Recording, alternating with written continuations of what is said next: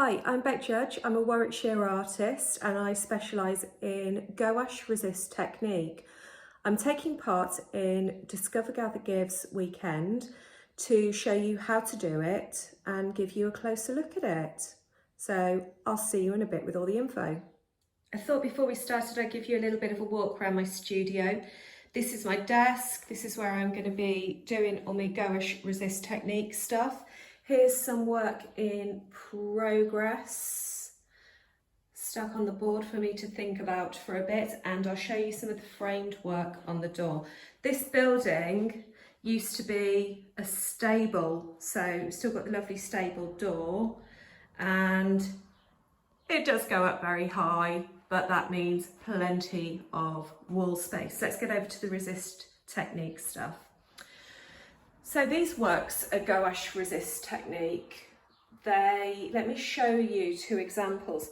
This is what a picture looks like before it's gone through the process of gouache resist technique. So that's the gouache thickly on it.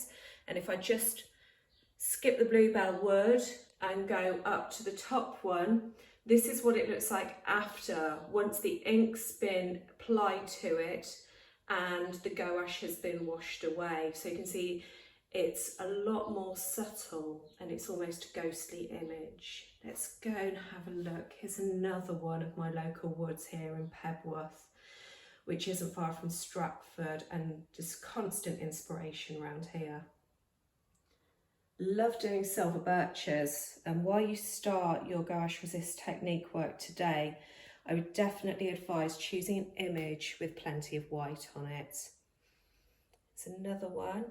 And here's one where I've applied lots of gold leaf. And a couple more larger ones over here. This is the same wood, same view, different time of year. And again, there's some gold leaf applied to it. And also down here, something a lot more wintry. I also do birds. Let's show some more of the birds up here, very high up. There's a robin, a blackbird, and another blackbird up here. And I've got a horse. I got an image of a horse in the snow during the winter, and it was just too much to resist. So I was really happy to be able to do that. And then some more woodland ones, the reflection in a lake, trees, some winter trees, and some more, and doing snow with this is an absolute gift. And finally, here's a recent one where I've done a bit obsessed with the speckly sky at the minute, and I'll show you how to achieve that in a bit. Okay, oh, and Norman, here he is, the studio dog. Hi Norms, you're a good boy, aren't you? He's going to be very good and very quiet. Okay, let's get started. So what do you need if you're doing gouache resist technique? You'll need some tubes of gouache paint, and you will definitely need white. You need watercolour paper, at least 300 grams per metre square or 140 pounds. That basically means you just need really thick paper, because apart from painting on it, this paper has to go under the tap and it's scrubbed with a brush, so it needs to be really tough and thick. You will definitely need black Indian ink. Here's mine, Winsor & Newton, really good stuff. You'll need a brush to remove paint with. Don't use a special brush for this because it gets really scruffy. And you'll need brushes to paint with. You need a pencil for drawing out in the first instance, and a paint palette for mixing. You'll need a jar of water. You'll also need a tap, because you've got to wash off the paint once it's dry, and it's best to wash it off under running water. And you'll need somewhere to dry your work. It has to go through 2 drying processes, so you'll need somewhere where you can put it. So think about the size of work you're going to do when you're thinking about where you've got to dry it. Other things you could try that I'm going to show you, instead of paper, and this is really tough, you could use wood panels. I've got a couple here. I've got one that I've painted with gold ground and one that I've painted with white ground. The ground, and let me show you the ones I use. I've got Daniel Smith watercolour ground. That's the white, and here's the gold. They're really beautiful. You can take this, you can paint it. It's really good stuff for beyond gouache resist technique. If you put it on plaster, hardwood, glass, plastic, metal, it allows you to paint on it. So it's really good, and I like this because I don't really want that colour coming through, but gold, yes please. You can use a spray bottle. I've just got a little spray bottle full of my black Indian ink, and that's what I'm going to be using today, but you don't need that. A brush will be fine. Another way of applying the ink, you could use a needle tip bottle. Quite tricky to use, but really good fun. And as well as using gouache as your resist, you could use wax crayons. I've got a selection here that I think I got from Jackson's, and you can buy them singly, and they will resist the ink as well. And I think oil pastels will do the same. And if you don't want to use black ink every time, although I would start with it while you're getting used to it, you can use other coloured inks. I've used blue at one point and green, but the metallics don't work, so don't use those. Okay, let's get started. First of all, you've got to draw out what it is exactly that you're going to be painting today. I've done two already. I've done them as close as I can to each other. In fact, I'll do 3 pictures that are more or less the same, and I'll do different colours on them and do them slightly differently so you can see the different effects you can get. I've done these from a photo I took of some silver birches over my local woods where I walk Norman, and I've really haven't followed the photo terribly closely just for the placement of the trees. I would definitely advise if you're using a photo, take it down to a grayscale, make it black and white so you can see the values between the light and the dark, because that's really, really useful for this. Okay, I'm going to get started.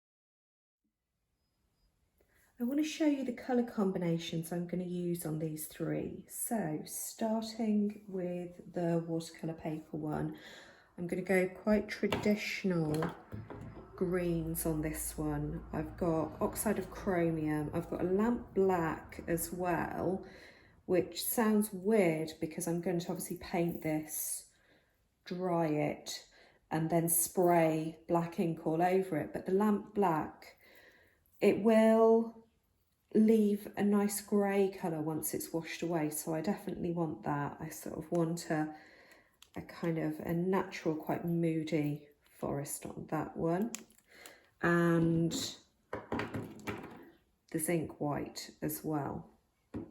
In contrast to that, I'm going to put in some of this wax oil pastel, this Caran d'Ache wax crayon in a blue, and you don't have to do that. This is just a stage I've decided to put in, but I will draw on that before I get started on the painting.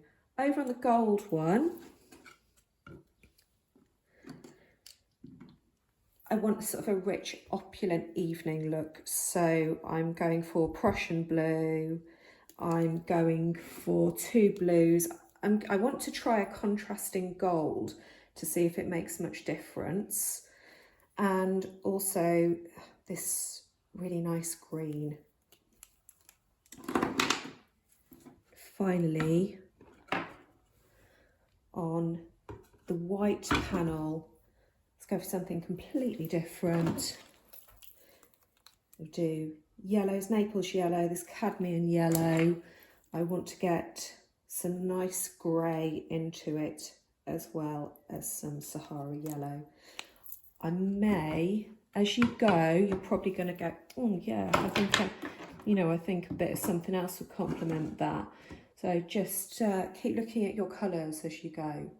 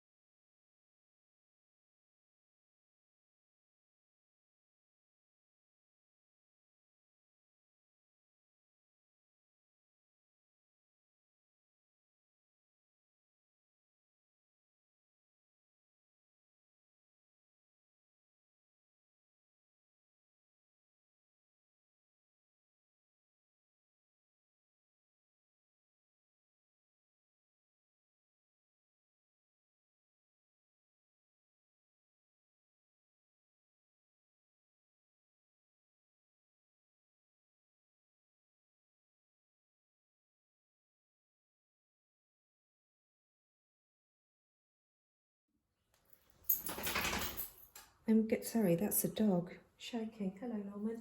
I'm going to show you how to apply the paint just on this one, and then I'll do the others and show you what they look like in a bit.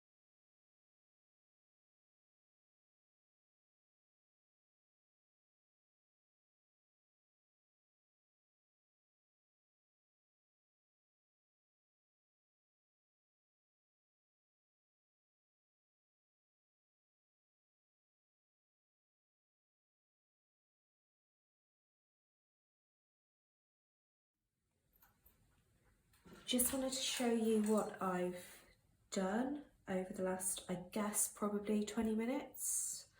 I have got all the paint on the two wood panels. I decided, because I had some spare pink on my palette from earlier, that I would put a bit of pink onto the mostly yellow one, which does admittedly have a kind of a Mr. Blobby vibe, but we'll see how that works out later. I'm just trying to get a brambly feel. Actually, in the end, for all of these pictures, which are all quite small, this is the biggest at 23 by 23, and these are 5 or 6 inches each side. Yeah, I've gone with the big brush. It just feels so much better. The one I'm doing at the minute has got, I would prefer a more restricted palette. I'm a little bit nervous about this one. You know, I've got red, blue, I've got green. There's a lot going on in here, but we will see how that pans out. And I suppose the thing is, you just, as I've said before, you never know. You just don't know how these are going to work out. While I'm finishing off this, I just want to let you know something I'm going to do with these pictures before, as soon as they're dry and before I take them on to the next stage, is I'm going to go and scan them all. It's quite often, well, all the time, I like to see the difference, like the before and after shots, I suppose. And I've got, let me show you a picture I've got here. This is a before shot, which I really liked and got framed up. And I reckon, looking round, probably about, I don't know, a third of the work is before. And I just still think, well, you know, it's before it's gone through the ink and the washing stage, but it's still, to me, it's still gouache resist, because I just wouldn't paint like this otherwise. My paintings, my drawings before I started doing this style were very, let me show you a Whippet picture, extremely detailed, really, really detailed. This isn't how I used to paint up until, well, I don't know, maybe November, December time. And yeah, I never enjoyed it more.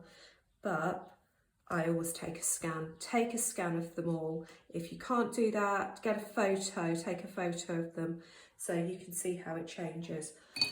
I think that'll do. Just bear in mind, everything I've left white on here is probably going to go black, or at least speckled. I have no idea at the minute with this one, because I've taken away most of the ground, but anything that's left white is going to be dark. Hi, welcome back. These are completely dry now. I've left them for an hour. There's some quite thick paint on these, especially around some of these bits, but they are all good and they're ready for the next stage. I'm back in the studio. I'm ready to spray, but having said that, I would never normally do this spraying bit of Indian ink in my actual studio. Would normally be outside, but because of taking films and plug sockets and that kind of thing, I'm in here. So if I just pull back a bit, you see my very beautiful cardboard box that I always use for this anyway, because wherever you do it, it's really messy.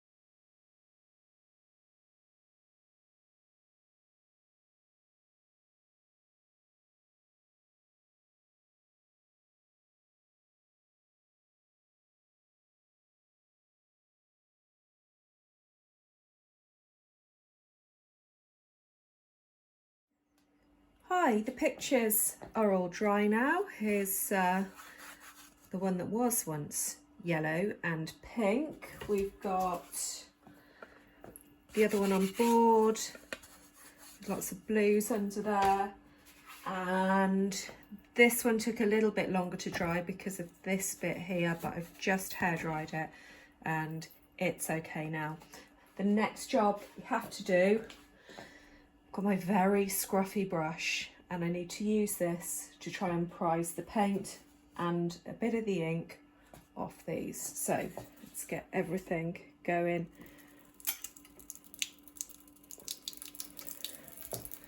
Okay, very small amount of water. As you can see, we start getting results quite quickly. Let's start off on the tree. I'm just doing this really gently to try and pull the ink off. And it helps to remember where the tree went and how far down it went, and it did. This one went all the way down. Okay, so that's what happens.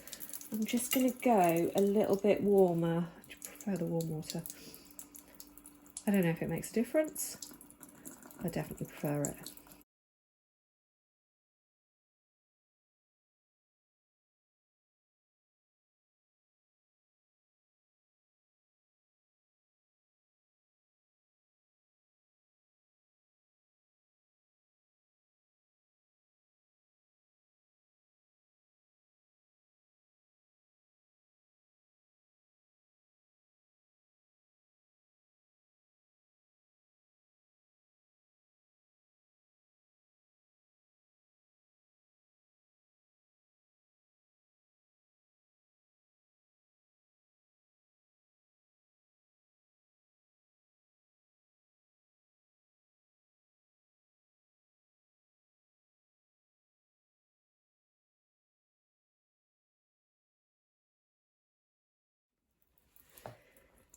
Just finishing it off now, and I'm really pleased with how this came out. It couldn't be more different from the bright pink and bright yellow picture that went in, and I really like the way we've got the black, almost like shadows of unseen trees. So that's the first one.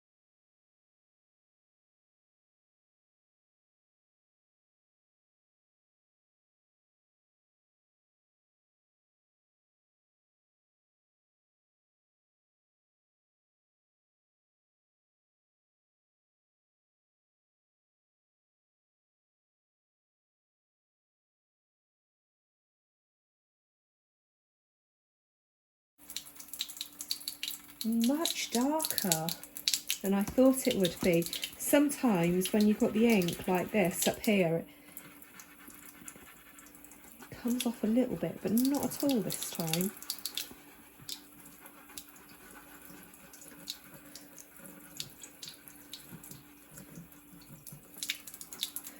And there's some really nice texture coming in on here as well. And I can just about see the pencil lines, and I really like that when we still have the pencil lines coming through. Okay, that's the second one.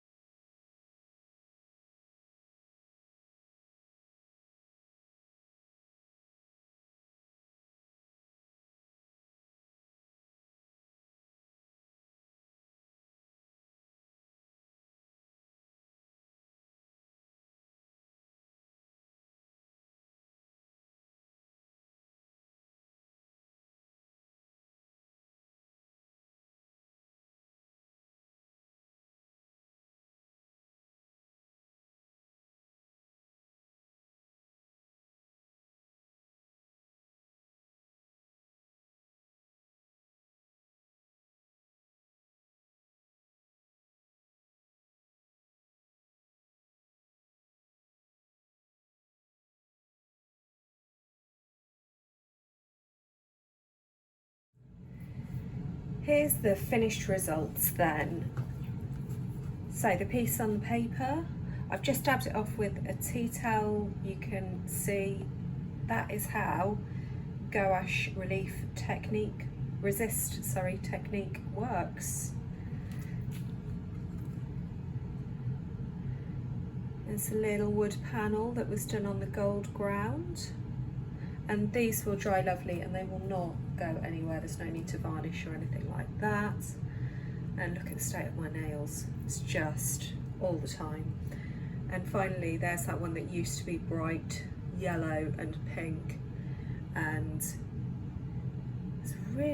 it's got a summery feel to it, that. For some reason, I quite like it, especially this shadow.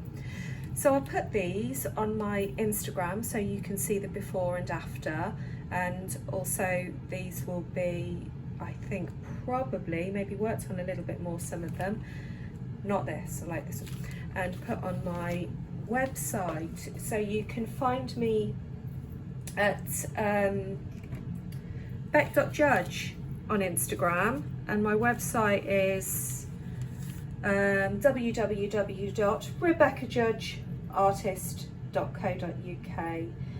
And I've really enjoyed doing this. Thanks ever so much if you've done some gouache resist today. I would love to see it. Do contact me and contact Discover, Gather, Give to share any examples of work you've done this weekend. It's just a wonderful thing to be a part of, and I can't wait to see what other people are doing so I can learn a few more techniques myself. So take care. Remember, I'm at Bonds throughout the year, so you can come and learn to do this with me and take it a little bit further on the wood panels and the paper if you want. And lots of love. Thanks a lot. Bye.